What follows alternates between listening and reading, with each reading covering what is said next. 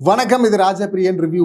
இந்த வீடியோவில் பார்வதி கம்ருதன் அங்கே பாத்ரூம் ஏரியாவில் நைட்டு பண்ண அந்த ஆபாச லீலை, அதை நம்ம ஆல்ரெடி பார்த்தோம் என்ன நடந்தது ஓவராலாக அப்படின்னு சொல்லிட்டு. பார்வதி மட்டும் நைட்டு என்ன பண்ணிட்டு இருந்தாங்க அந்த நாய் குலைச்சதுக்கப்புறம் அப்படின்னு சொல்லிட்டு அதை பார்த்தோம். இப்போ மறுநாள் காலையில் அதை கண்டினியூ பண்ணோம்ல, இதில் முக்கியமான அந்த ரூல் பிரேக்கு அதையும் திரும்ப பண்ணுறாங்க. ஆக்சுவலாக ஒரு வாரம் ஃபுல்லாக தொடர்ந்து நிறைய பண்ணிட்டு இருந்தாங்க. எதுக்கு பண்ணாங்க அப்படின்னா, அது இன்னொரு இடத்துல நமக்கு க்ளூ இருக்குல்ல, மைக்கை எடு அப்படின்னு சொல்கிறாரு. சொல்லி இவங்க ஸ்லிப் பண்ணி விட்டு பேசினாங்க கார்டன் ஏரியாவில். அதுக்கப்புறம் ரூம்குள்ளே பேசினாங்க. என்ன பேசினாங்க? அந்த ஆபாச வேலைக்கு, அதுக்கு அந்த ஜோனு கூப்பிட்றதுக்கு தானே திரும்ப திரும்ப கூப்பிட்ற நீ, திரும்ப திரும்ப கூப்பிட்ற நீ அப்படின்லாம் சொன்னாங்கல்ல. அது இல்லாமல் அவங்க சாண்ட்ரா, அவர் ப்ரெசன்ட் ஹஸ்பண்ட் ஒய்ஃபு, அவங்க வேற மாதிரி நம்ம வேற மாதிரி இல்லை அப்படின்லாம் பேசும்போது தான் அந்த மைக்கை எடுத்து விட்டு பேச சொன்னது. வெளியே வந்தால் நம்ம எப்படி இருப்போமோ பேசுவோமோ தெரியாதோ அப்படின்லாம் பேசினார்ல, அப்போ தான் அது எடுத்தது. ஸோ அதனால் இந்த கான்வர்சேஷன் எப்பெல்லாம் இந்த வேலைகள் காஜி வேலைகள் பேசுகிறாங்களோ அப்பெல்லாம் ரூல் பிரேக் பண்ணியிருக்கிறாங்க. அப்புறம் சென்டரில் நிற்க வச்சு பிக் பாஸ் வந்து நடு வீட்டில் அவங்க ரூல் பிரேக் பண்ணாங்க. அப்போ தான் சொன்னார், நீங்கள் முட்டாளாக இருக்கணும், இல்லை என்ன முட்டாளுன்னு நினைக்கணும்னு. ஸோ அப்படி கழுவி ஊற்றி அதுக்கப்புறம் ஹவுஸ்மெண்ட்டுக்கு பனிஷ்மெண்ட்டை கொடுத்தாரு. வீக்கெண்டில் விஜய் சேதுபதி மைக்கை கட்ட வச்சு சொல்லிட்டு ஒரு எபிசோட் ஃபுல்லாக வந்து உட்கார வச்சு அடின்னு அடித்தார். ஆனாலும் திருந்தலை. இந்த வாரமும் எக்ஸசைஸ் பண்ணுறோம் அப்படின்னு சொல்லிட்டு, இவர் ஹெல்ப் பண்ணுறேன் அப்படின்னு சொல்லிட்டு போயிட்டு மறுபடியும் அந்த வேலைகள், அது எக்ஸசைஸ் அப்படிங்கிற பேரில் ஒரு கவராக யூஸ் பண்ணிட்டு அதை பண்ணிட்டு இருந்தாங்க. பிக் பாஸ் பார்த்தீங்கன்னா நேற்றும் வான் பண்ணுறாரு, கம்ருதன் மைக்க மாட்டுங்க அப்படின்னு. இவங்க வெறுமனே எக்ஸசைஸ் மட்டும் பண்ணியிருந்தா அவர் எதுவும் சொல்லியிருக்க மாட்டார், அது வரையும் விட்டார். அதுக்கப்புறமா அது கூடவே நடுவில் பேச ஆரம்பிச்சதும் பார்த்தீங்கன்னா மைக்க மாட்டுங்க அப்படின்னு சொல்கிறாரு பிக் பாஸ். ஸோ இது இப்படின்னா, இப்போ நைட்டு நான் கிளம்புறேன் பிக் பாஸ், என்னால் எமோஷனை கண்ட்ரோல் பண்ண முடியல பிக் பாஸ் அப்படின்னு சொன்னாங்களா. இப்போ மறுநாள் காலையில் மற்றவங்களுக்கு தான் வந்து நாய் எது கொலைச்சுன்னு தெரியாது, பட் இவங்களுக்கு தெரியுமே அந்த கில்ட் இருக்குள்ள உள்ள. இப்போ என்ன ப்ளே பண்ண போகிறாங்க, என்ன ட்ராமா பண்ண போகிறாங்க, யாரையாவது பிடிச்சி சண்டை வலிக்கணுமா மறுபடியும் அப்படின்னு சொல்லிட்டு அப்படி பார்த்துட்டு இருந்தா, இவங்க காலையிலே வந்து அந்த கார்டன் ஏரியா இருக்குல்ல, அங்கே வந்து சோஃபாவில் உட்காந்துக்கிறாங்க. கம்ருதன் வர்றாரு. இப்போ இங்கே பேசுகிறாங்க. இதில் பார்த்தீங்கன்னா, நீ கவலைப்படாத, உனக்காக நான் நிற்கிறேன் அப்படின்லாம் அவர் சொல்கிறாரு. ப்ராமிஸ் அப்படின்லாம் வேற சொல்கிறா. அப்படி சத்தியமாக நாங்கள் அப்படியெல்லாம் பண்ணலடா அப்படின்லாம் சொன்னவன் தான். மைக்கை எடுத்து பர்பஸெல்லாம் நாங்கள் சத்தியமாக அப்படி பண்ணலடா அப்படின்னு சொல்லிட்டு அங்கே சத்தியம் பண்ணேன். இங்கே பண்ணுற சத்தியத்தை மட்டும் காப்பாற்ற போகிற, அம்மா என்ன நினைப்பாங்களோ தெரியலடா, எனக்கு அதுதான் மைண்டில் ஓடிட்டு இருக்கடா அப்படின்லாம் சொல்லிட்டு அவங்க சொல்ல, நீ ஒன்றும் கவலைப்படாத, உனக்காக நான் வந்து நிற்பேன், இது ப்ராமிஸு, நான் சிங்கிளாக வர்றேன், அவங்க என்னை அடித்தா கூட பரவாயில்ல, அடி வாங்கிக்கிறேன் அப்படின்லாம் சொல்கிறா. அப்படி இதெல்லாம் வந்து நிப்பியா அப்படின்னு கேட்கும்போது திரும்ப இவர், கல்யாணம் பண்ணிக்கலாம் அப்படின்னு நான் சொல்கிறேன், இதெல்லாம் கேம்காகவா பண்ணுவாங்க, நிச்சயமாக இது கேம் கிடையாது அப்படின்லாம் சொல்ல. இவங்களும் பார்த்தீங்கன்னா கேம்லாம் கிடையாது, இல்லை சேச்சா நிச்சயமாக கிடையாது. அதாவது இந்த சம்பவம் இதெல்லாம் எப்போ நடக்கணும், லவ் அப்படின்னு சொல்லிட்டு வந்து பேச வரும்போது நார்மலாக இது கேம்காக இல்லைல்ல அப்படிங்கிற அந்த கான்வர்சேஷன்லாம் போனோம். ஆனால் இவங்க வச்சதே பார்த்தீங்கன்னா ஆரம்பத்திலேயே அன்வான்ட் டச்சஸ்லாம் முடிஞ்சதுனால இவங்க ஃப்ரெண்டுக்கு மேலே லவ்னு கூட சொல்லலை. ஏன்னா வெளியே போய் கண்டினியூ ஆகணும், கேள்வி கேட்பாங்களோ அப்படின்னு சொல்லிட்டு இப்போவே அப்படி இருக்காதுன்னு 2 பேருக்குமே தெரியும். இருந்தால் ஓப்பனாக லவ்னு சொல்ல போகிறாங்க.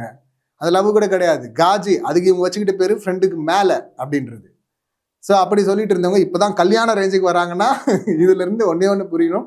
அந்த அளவுக்கு எக்ஸ்ட்ரீமை தொட்டுட்டாங்க, பண்ணக்கூடாத பண்ணிட்டாங்க அப்படின்னு தான் சொல்லணும்.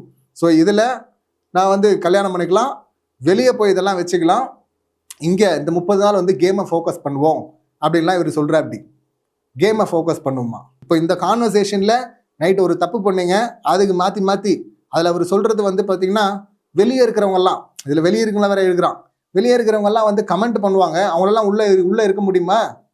இங்கே இருக்கிறவங்களாம் என்ன கெட்டவங்களா? இருக்கிற எல்லாரையும் ஏன்டா சேர்த்துக்கிற? தப்பு பண்ணது நீங்கள் 2 பேர் தானே, உங்களை பற்றி பேசுங்கப்பா.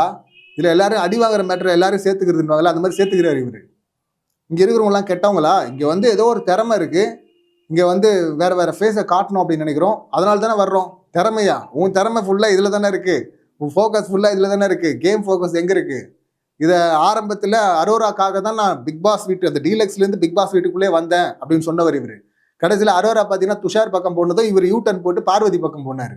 பார்வதி அப்போ ஆரம்பத்திலே சொன்னது என்ன, ஒரு வாரம் ஃபுல்லாக அங்கே போய் ஆட்டிக்கிட்டு இருந்துட்டு இப்போ திடீர்னு இவர் வந்து யூட்டன் போட்டு வருவாரா, வண்டியில் ஏறுவாரா, நாங்கள் கதவை திறந்து விடணுமா அப்படின்லாம் அவங்க சொன்னாங்கல்ல, ஃபுல்லாக ஸ்கேன் பண்ணோம் அப்படின்லாம் சொன்னாங்கல்ல.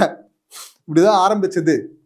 எங்கேயுமே லவ் அப்படின்னு சொல்லிட்டு டிக்ளேர் பண்ணுற அந்த லெவல்லே இல்லை. ஆனால் வந்து இந்த காஜி வேலைகள் இது எக்ஸ்ட்ரீமாக அது பாட்டுன்னு தனியாக போயிட்டு இருந்தது. அதுக்கு முட்டு கொடுத்துருந்தாங்க. இதுக்கப்புறம் கொடுக்க முடியாது அப்படிங்கிறதுனால கல்யாணம் அப்படிங்கிற அந்த இடத்துக்கு வந்துருக்கிறாங்க. இவர் ப்ராமிஸு அப்படிங்கிறாரு. இதுல அவர் ஃபேமிலி வேற எடுத்துக்கிறாரு. எங்க அப்பா ரொம்ப டீசென்ட்டு, அம்மா டீசென்ட்டு, நான் டீசென்ட்டுன்னு சொல்லிட்டு நான் ப்ரூவ் பண்ணோம்ல, பேரை காப்பாற்றணும்லன்னு. இதுல கேட்டாங்களா யாராவது? இந்த கான்வர்சேஷன்ல எப்படியெல்லாம் எங்கெல்லாம் எடுத்துட்டு வரான் பாருங்க. இது தேவையா? முதல்ல உருட்டுகள் அவங்களா வாயில வந்து எடுத்துட்டு வருது. சும்மா அவங்கள ஏன்டா எடுக்கிற? வெளியவே கண்டஸ்டன்ட் பத்தி பேசுங்க, அவங்க ஃபேமிலியை பத்தி பேசாதீங்கன்னு சொல்லுவோம். இது பேசும்போதே உருட்டும் போதே பார்த்தீங்கன்னா இப்படி எடுத்துட்டு வந்துக்கிறது. இது தேவையில்லாது இல்லை. ஸோ இப்படி வந்து நான் வர்றேன், அடி வாங்குறேன், உனக்காக நிற்பேன், கேமில் ஃபோக்கஸ் பண்ணுவோம் அப்படின்லாம் சொல்லிட்டுருக்கேன். அப்படி டேய், இதை தான்டா சண்டே எபிசோடில் சொன்னேன். அதாவது சாட்டர்டே தானே ஷூட் பண்ணாங்க, அன்னைக்கு சொன்னது இதுதானே. சாட்டர்டே எபிசோடில் அடி வாங்கிட்டு எபிசோடில் என்ன சொன்னது? முடிஞ்சதுக்கப்புறமா முடியும் போது இங்கே வந்து நம்ம இதுக்கப்புறம் வந்து ஃபுல்லாக ஒரு வாரம் தனியாக இருப்போம், கேமில் ஃபோக்கஸ் பண்ணுவோம் இப்படிலாம் சொன்னாங்கல்ல. அன்றைக்கே பார்த்தீங்கன்னா இது ரெண்டுத்துக்கும் ஃபேன் குரூப் வேறு. அவங்க வந்து உடனே ஃபயரு, முடிவு பண்ணிட்டாங்க இனிமேல் கேம் ஆடும். டே, இதை தாண்டா வாரம் சொல்லிட்டு இருக்கிறாங்க. அவன் 2 நாளுக்கு ஒரு முறை ஜம்ப் அடிச்சுட்டு இருந்து ஒரே நாளில் ஜம்ப் அடிச்சு அப்படியெல்லாம் எக்ஸ்ட்ரீமாக போயிட்டான். இதில் ட்ரையாங்கிள் வேற, 3 பேர் லவ். இல்லை அந்த பக்கம் அரோரா போனாலும் இழுத்து விடுறாங்க பாருங்க. நேற்றும் இழுத்தாங்க பாருங்க. ட்ரையாங்கிள் மறுபடியும் ஆரம்பிக்கிறாங்க பார்வதி, ட்ரையாங்கிள் அப்படின்னு. ஏன்னா இவங்க ஆடுற கேமே இதுதான். ஒன்று ஆபாச குறியீடு அப்படின்னு சொல்லிட்டு இன்னொருத்தர பிராண்ட் பண்ணுறது, இல்லைன்னா இவங்க ஆபாசமாக பண்ணிட்டு இருக்கிறது. ஆனால் அதுக்கு வேற பேர் வச்சுக்கிறது இல்லை. இப்போ எக்ஸ்ட்ரீமாக ஆயிடுச்சு. இதில் ஒரு ப்ராமிஸ் வேற பண்ணுறாரு. இதில் இதுவரை ஏதாவது சொன்னதில் நின்று இருக்கியா ப்ராமிஸ் எல்லாம் பண்ணுறதுக்கு? அது இவங்க 2 பேரும் எப்படியோ போகிறாங்க வெளியில். ஏன்னா 2 பேருமே பார்த்தீங்கன்னா அந்த ஸ்டாண்டில் நின்னது கிடையாது. ஆரம்பத்திலேயே அவங்க கேஸ் எழுதினவங்க தானே, அன்வான்ட் டச்சஸ்ன்னு. அதுக்கப்புறமா தானே இதெல்லாம் தொடர்ந்தது. அப்படியே வந்து ஒரு முறையும் மாட்டும் போதும் இதை சொல்கிறது, கேம் ஃபோக்கஸ் பண்ணுவோன்னு. அப்புறம் ஆக்டிவிட்டி ஏரியா, அப்புறம் கேம் ஃபோக்கஸ் பண்ணுவோங்கிறது. அப்புறம் பாத்ரூம் ஏரியாவுக்கு வந்துட்டாங்க. இப்போ அடுத்து எங்கே? பெட்ரூமு, கன்ஃபெஷன் ரூமு, இது 2 இடம் தான் இருக்குது. தனி ரூமுன்னா அவங்க கன்ஃபெஷன் ரூம் தானே, அங்கேயும் போயிடுவாங்க பொழுது விட்டா. நான் இங்கே வந்து வந்துட்டேன்னா மொத்தமாக இதிலே இருந்துருவேன் நான், அதனால நான் இதுக்குள்ளே வரவேனா, தள்ளி இருக்கலாம் அப்படின்னு பார்க்குறேன்றான். இதை சொல்றதுல கேமில் ஏதாவது இம்ப்ரூவ்மெண்ட் இருந்திருக்கா?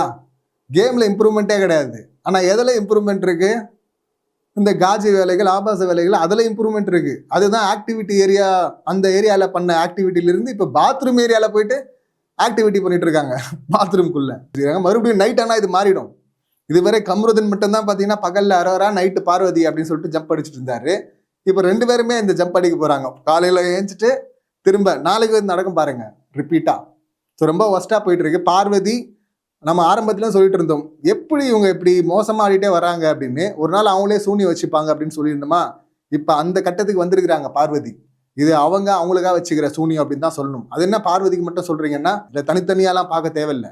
அப்படி இருக்கும்போது சொந்த செலவில் சூனியம் வச்சுட்டு இருக்கிறாங்க. ரூல் பிரேக் பண்றீங்க, மைக்கு இல்லாமல் பேசுறீங்க, மறைச்சு பேசுறீங்க அப்படின்னு தானே அவ்வளோ தூரம் போட்டு அடிச்சாங்க. ஆனாலும் திரும்ப வந்து சைன் லாங்குவேஜில் பேசிட்டு இருந்தாங்க இந்த வாரம் ஃபுல்லாக. இப்போ வந்து எழுதுறாங்க இப்படி மேலே போயிட்டு. அதில் எழுதுறதுல கேமரா ஃபோக்கஸ் பண்ணும்போது LOSED அப்படின்றத காட்டுறாங்க.